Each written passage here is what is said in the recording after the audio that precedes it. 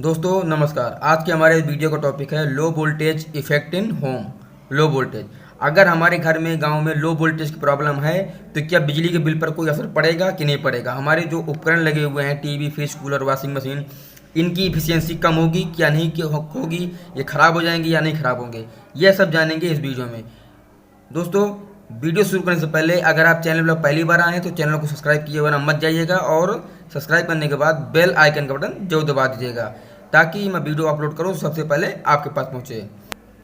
दोस्तों सबसे पहले बेसिक से फंडा मैं आपको बताऊं। पहले जो एनर्जी मीटर आते थे, जो हमारे बिजली के मीटर आते थे, वो आते थे एनालॉग। ठीक है, एनालॉग। और अब जो आते हैं वो आते हैं डिजिटल। ठीक है दोस्तों, डिजिटल में और एनालॉग में अंतर है।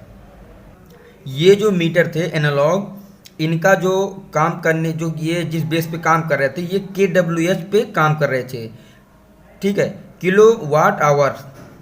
और जो ये मीटर आ रहे हैं ये एम्पियर बेस पे काम कर रहे हैं। ठीक है दोस्तों, इनकी जो बिजली का बिल आता है वो यूनिट में ही आता है, लेकिन जो इसका जो काम करता है ये एम्पियर बेस पे काम करता है, और ये KWH बेस पे काम करता था।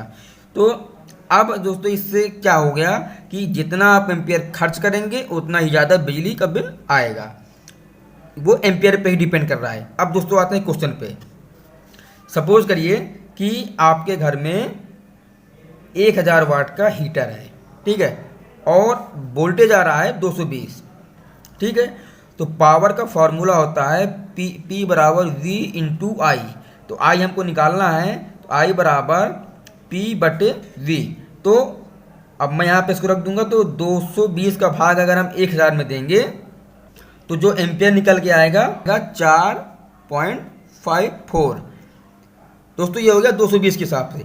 अब अगर मैं यहीं पे वोल्टेज को घटा दूं, ठीक है, क्योंकि दोस्तों वोल्टेज ज़्यादा होगा तो करंट जो है बढ़ेगा, करंट बढ़ेगा, और अगर करंट कम होगा तो वोल्टेज बढ़ेगा।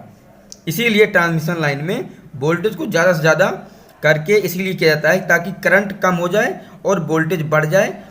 ठीक है, तो अब दोस्तों अगर मैं यहाँ पर 1000 वाट का 180 वोल्ट से अगर मैं चलाऊँगा तो ये दोस्तों देख लीजिए ये 5.55 एम्पियर करंट लेगा।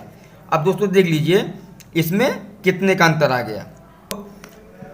वोल्टेज कम ना हो इसीलिए पावर फैक्टर को हमेशा फर्स्ट पे रखा जाता है कि पावर फैक्टर हमारा कभी भी कम ना हो, वो 0.8 से 0.9 या फिर 1 के बीच में ही रहे, इससे कम ना हो। 1 तो खैर बहुत कम रहता है, ना के बराबर, लेकिन ये 0.9 से 0.8 रहना चाहिए, क्योंकि अगर पावर फैक्टर हमारा मेंटेन रहेगा तो वोल्टेज कम नहीं होगा।